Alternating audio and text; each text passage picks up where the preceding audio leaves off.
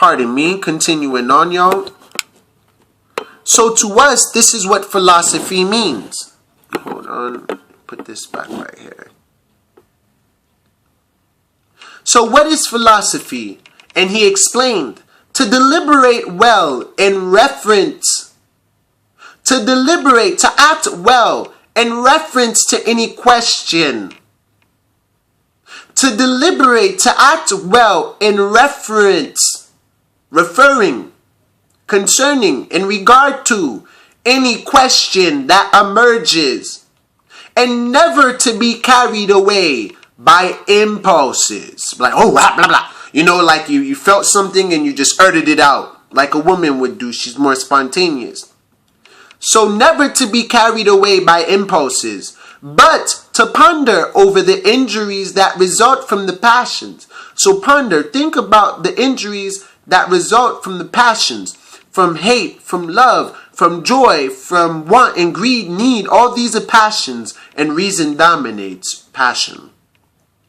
And to act rightly, righteously, as the circumstances demand. So whatever you got to do now is what you got to do now. You can't apply love and hate to every situation. Sometimes it's time to love. Sometimes it's time to hate. Sometimes it's a time to embrace. Sometimes it's a time to refrain from embracing. So by practicing moderation, everything deserves moderation. Not too much, not too little, but just enough. But we must pray to Allah Hayam to instill, to implant, to put in place into our mind and heart a regard for these things. So once again, what is philosophy? To deliberate well in reference to any question that emerges, and never to be carried away by impulses, but to ponder over the injuries that result from the passions, and to act rightly as the circumstances demand, practicing moderation. But we must pray to Allah Hayam to instill into our mind a regard for those things. The king signified his consent and asked another, page 170, how he could meet with recognition, recognizing when traveling abroad, how he can be recognized when he travel abroad, like fame or renown. So by being fair to all men, fair and just, not too much, not too little, he replied, and by appearing to be inferior, by appearing to be less than everyone else, instead of acting like you're better than everyone else. He who is last shall be first, and he who is first shall be last. He that want to lead must become a servant of all, and he who is a servant of all must lead. You see? So, he who leads must be a servant of all first. So by appearing to be inferior rather than superior to those amongst whom he was traveling. For it is a recognized principle that Allah Hayam by his very nature accepts the humble, the meek, the lowly. And the human race loves those who are willing to be in subjection to them. We love those who are willing to serve us. That's the whole reason why the government is built by the people, for the people, to serve and protect the people. Because the authorities, the officials, which are under us, used to be in subjection to us. Now they're not. Now they're not. And the human race loves those who are willing to be in subjection to them. To serve and protect the people, not yourself and not just yours. So having expressed his approval at this reply, the king asked another how he could build in such a way that his structures would endure after him. Structures like the pyramids and things like that. The pyramids, all these structures of Stonehenge, Sedona, Arizona, all these things. And he replied to the question, if his creations were on a great and noble scale, so that the beholders would spare them for their beauty. Like, wow, that thing is beautiful, it's monumental, why would we ever destroy that? And if he never dismissed any of those who wrought such works, which means if he gave credit to those who created it instead of dismissing them, and never compelled others to minister to his needs without wages. And if he never forced people to work for him as slaves without being paid for it. That's why people were getting paid to actually create those pyramids back then, although some of it was slavery too. For observing how Allah Hayyam provides for the human race, just like the Most High provide for the human race, the king must provide to his workers, because we're workers of the Most High Master. Granting them health and mental capacity and all other gifts like benefits, like how some jobs give you health benefits and all types of benefits and give you like bonuses and things like that, incentives. He himself should follow his example by rendering to men a recompense to pay them for what they've done according to their hard work, for their arduous toil, for their hard work. For it is the deeds that are wrought in righteousness that abide continually. So because they got well paid, and it's such a noble and great monument, you see what I'm saying, and it has beauty, and you can tell people put heart and soul into it, and the people that were paid were just so joyous and happy to make this so beautiful because they're getting paid and they got health benefits and bonuses and stuff like that. It abide continually. So that's how he could build a structure that will endure after him, like the pyramids and things like that. For it is the deeds that are wrought in righteousness that abide continually.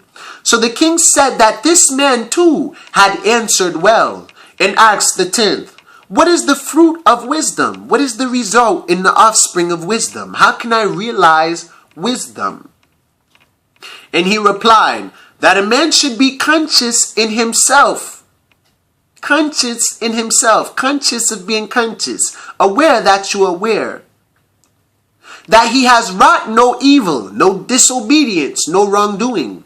And that he should live his life in the truth and the light.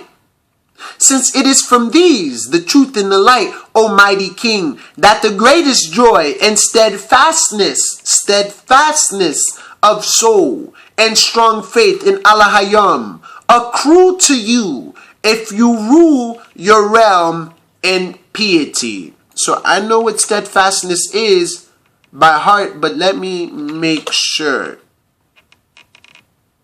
Okay, so firmly fixed in place. So steadfastness means fixed in direction, faith, resolution, firm in purpose, attachment. To be stuck firmly and established on the road that you're triumphing on.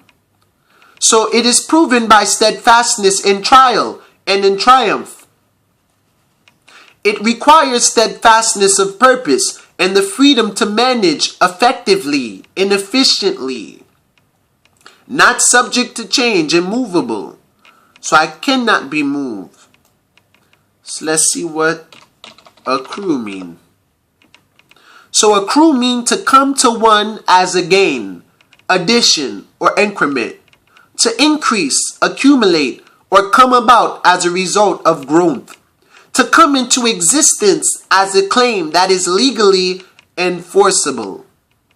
So, since it is from these truth, righteousness, justice, Almighty King, that the greatest joy and steadfastness, immovable route of soul and strong faith in Allah Hayyam accrue to you, increase to you, if you rule or come into existence for you, if you rule your realm in piety and spiritual devotion. And when they heard the answer, they all shouted with loud acclaim. So acclaim would mean approval. Let's make sure. So they all shouted, hold on, let's see what this is. So acclaim means to praise enthusiastically and often publicly. To shout approval, enthusiastic praise. So it means almost the same thing as, hold on, let me see, approval, as plaudity, I believe, applaud. So it means applaud, praise, to declare by acclamation, to shout praise or applause. So with loud acclaim, loud praise, loud enthusiastic plaudit. And afterwards the king, in the fullness of his joy, began to drink their healths. So the word that they were saying was like drink. It was like holy wine or the blood of Christ. And he began to drink it for health, spiritual edification. And on the next day, the banquet followed the same course as on previous occasions. This seemed like the 5th day. And when the opportunity presented itself, the king proceeded to put questions to the remaining guests, the remaining envoys. And he said to the first, "How can a man keep himself from pride?" And he replied, "If he maintains equality, that we're all equal, no one's better or less than others, although the Most High say that our nation is above all nations, because the Most High had declared it, not because we are, but the Most High is in charge of this." So he replied, "If he maintains equality and remembers on all occasions that he is a man, I am a man, I am dust, ruling over men. And Allah Hayyam brings the proud to naught, to nothing, to ruin, desolate. And exalts the meek and humble, the lowly, the submissive." Because meek means to be submissive. So the king spoke kindly to him and asked the next, "Whom are the men to select as his counselors?"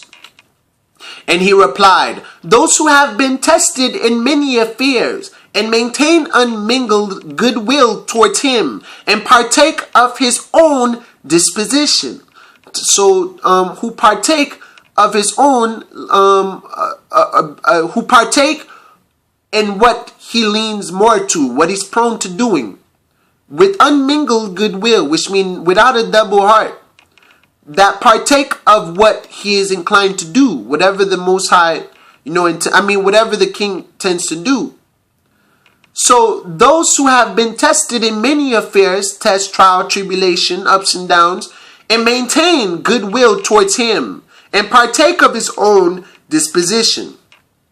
And Allah Hayyam manifests himself to those who are worthy, that these ends may be attained. So the Most High truth becomes visible to those who are worthy to attain those ends.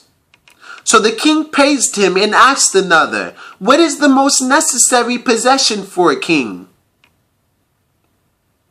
"The friendship and love of his subjects," he replied. "The friendship and love of his citizens, his peers, his subjects and workers. The friendship and love. For it is through this that the bond of goodwill is rendered indissoluble. And it is good, because love cannot be dissolved, nor can friendship, true love, true bond. And it is Allah Hayyam who ensures that this may come to pass in accordance with your wish." So the king praised them and inquired of another, "What is goal of speech?" And he replied, "To convince your opponent by showing him his mistakes in a well-ordered army of arguments." So what is the goal of speech? To convince your opponent, or to convince the listener by showing, or the audience, by showing him, her, or they their mistakes, or what they're doing well, or how to do it better, or where they're wrong, with proof and evidence, and a well-ordered army of arguments. So in a well-ordered army of arguments, you must set your evidence and proof, which is the army, well-ordered, and not to argue as in bicker and blah, blah, blah, blah, oh, you don't know nothing, not like this, but to show your opponent in a meekful way, in a respectful way, how they can better themselves, where they're wrong, where they're right, in a well-ordered army of arguments, in a well-ordered evidence and proof of arguments.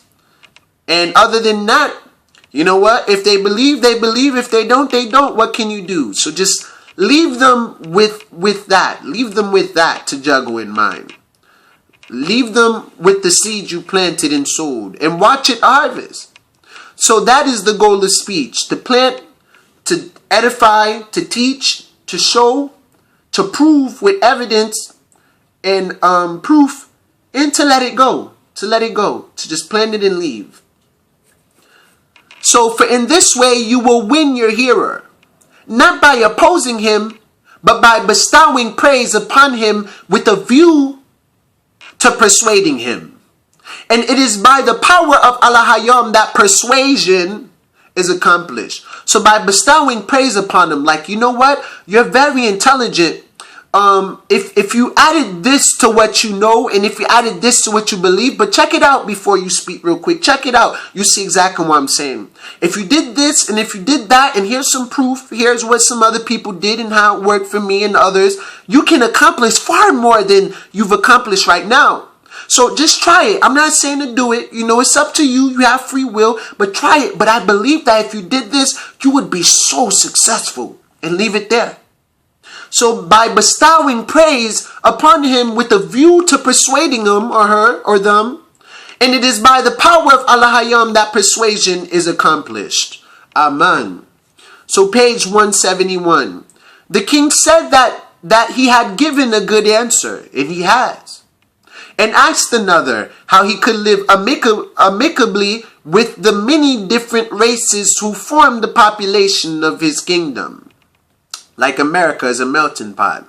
And as you know, amicably means to live in peace and agreement. By acting the proper part towards each, act proper towards everyone. Don't judge them based on their religion or their faith or their race and things like that.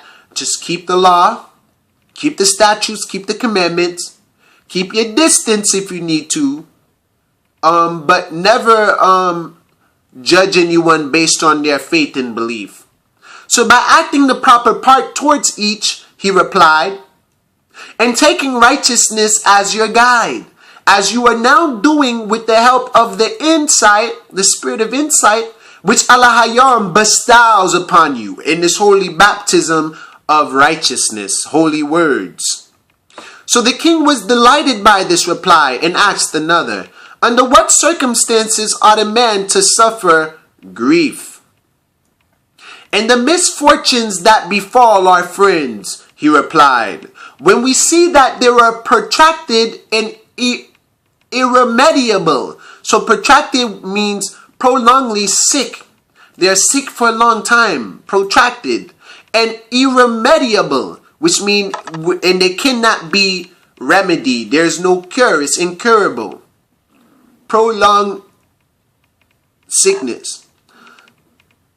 So reason does not allow us to grieve. Reason does not allow us. Reason, which conquers passion, does not allow us to grieve, which is a form of passion, for those who are dead and set free from evil, from the flesh. But all men do grieve over them. All men do have some sort of passion over the dead, because they think only of themselves and their own advantage. For example, oh man, how am I going to be happy now that they're gone? I can't live without them. I was using them for their strength, for their energy and their strength this whole time. Now I can't live because they're not here with me.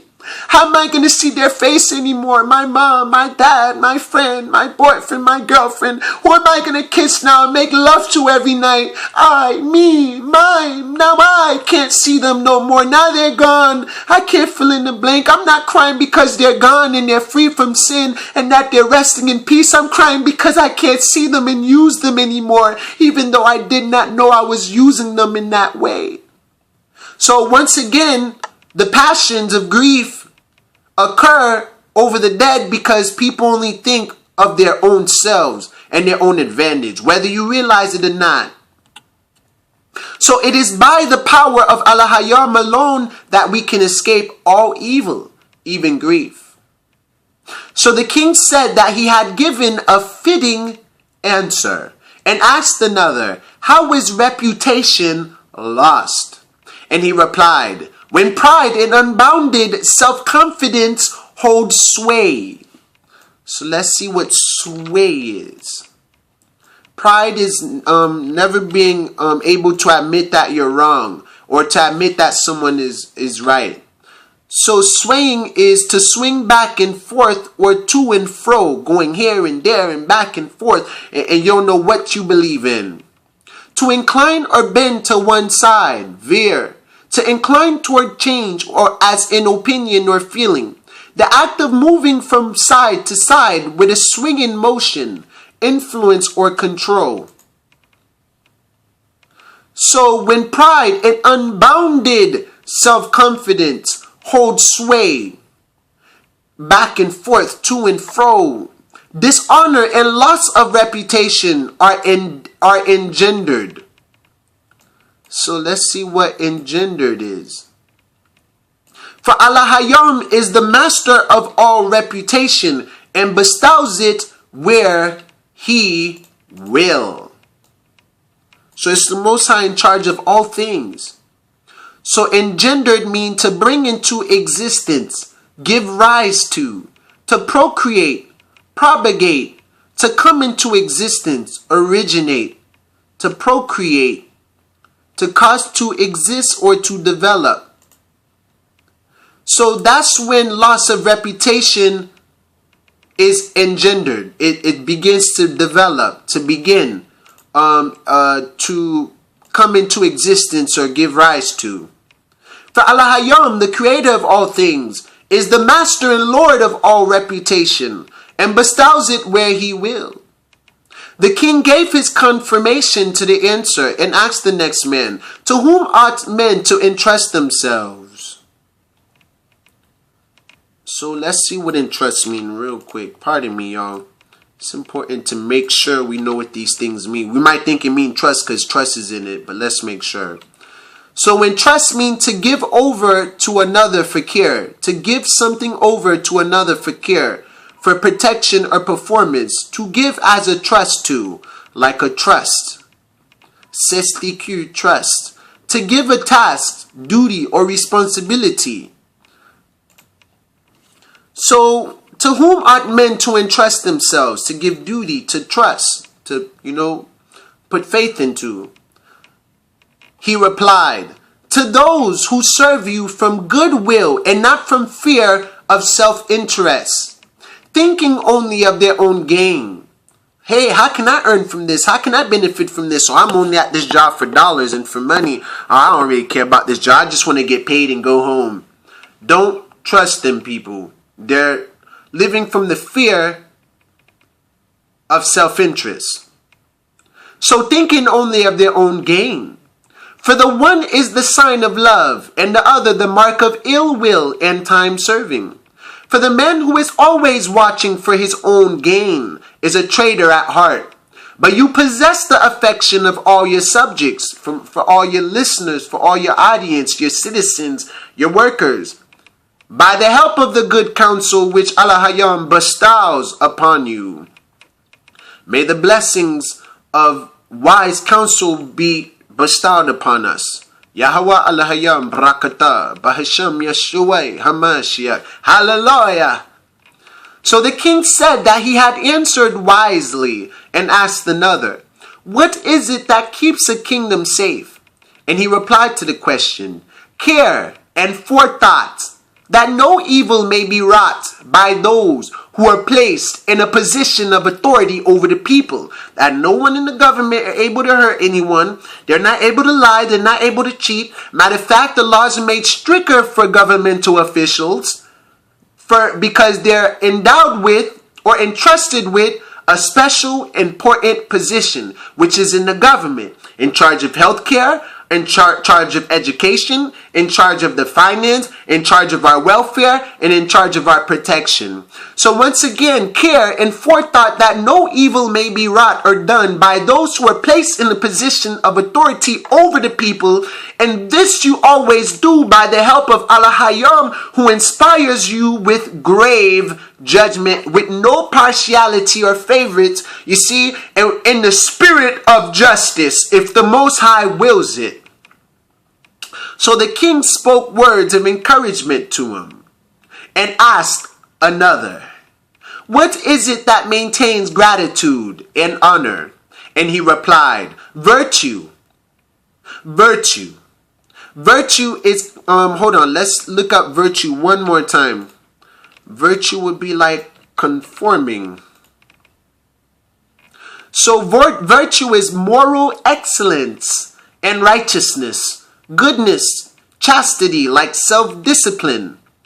Moral excellence is self-discipline. Conformity to a standard of right. So it means conformity to moral excellence and righteousness. Of ethics. Before we continue on, let's see what ethics mean. So ethics mean, to conform to ethics mean a set of principles or right conduct, basic moralities, basic principles, a theory or a system of moral values. So the study of the general nature of morals and of the specific moral choices to be made by a person. Moral philosophy, like please, thank you, pardon me, you're welcome. You know, things like that. Respect for elders, respect for people's face, you know, things like that. So what is it that maintains gratitude and honor? And he replied, virtue, for it is the creator of good deeds, and by it evil is destroyed. Even as you exhibit, example to example, acts and deeds, nobility, even as you exhibit nobility of character towards all by the gift which Allah bestows in rain upon you. So the king graciously acknowledged the answer and asked the 11th, since there were two more than 72, how he could in time of war maintain tranquility of soul. And he replied, by remembering that he had done no evil to any of his subjects, any of his military men, his soldiers, and that all would fight for him in return for the benefits which they had received. They're willing and happy and joyous to die for that king. Like I'm willing to go to the grave for Yis-RoyAl. My only king period. King of kings. Knowing that even if they lose their lives, you will care for those dependent on them. So now you will take care of the family of those soldiers that had lost their son or their daughter in the battle, in the fight for their country or for you. You see, if they're fighting for you and they died in conflict or in battle, you know, you take care of their family. Now they don't, in this system now, they don't even care about the veterans. They don't care about nothing at all. And a lot of them is suffering post-traumatic stress and going through schizophrenia and bad visions because the people they killed, and now they find out later that all the people they killed and who they were happy and delightful to kill were not really terrorists. They were innocent people that the government told them were terrorists. They lied to them and completely lost the veterans' trust. And oh man, imagine how these people feel, you know? And they do not even take care of their family when their soldiers do die. And nor do they honor the soldiers when they're dead. And they stick them in a graveyard which is shaped like a skeleton, like a skull, which is a satanic grave. They sold their soul for Satan. They literally fought for Satan and the soldiers in today's time. And it's completely dishonorable. The soldiers of today's time are completely dishonorable. There is no honor in any one of them. There's no righteousness or the spirit of justice or truth in any one of them. They fight for man and not for the freedom and protection of the people. Yes, the soldiers are put in a position where they must protect and care for the people because we had delegated a special and important position to these people. And they're put in position of importance, you see. They are part of the council. And if they can't handle the job, they must be impeached and removed immediately and replaced with someone worthy of the task that we have delegated to those who are under subjection to us, the officials under subjection to us, and those who's under them, which are ultimately under subjection to the people, for the people, by the people. for the protection, justice, and defense of all in that country or group or whatever.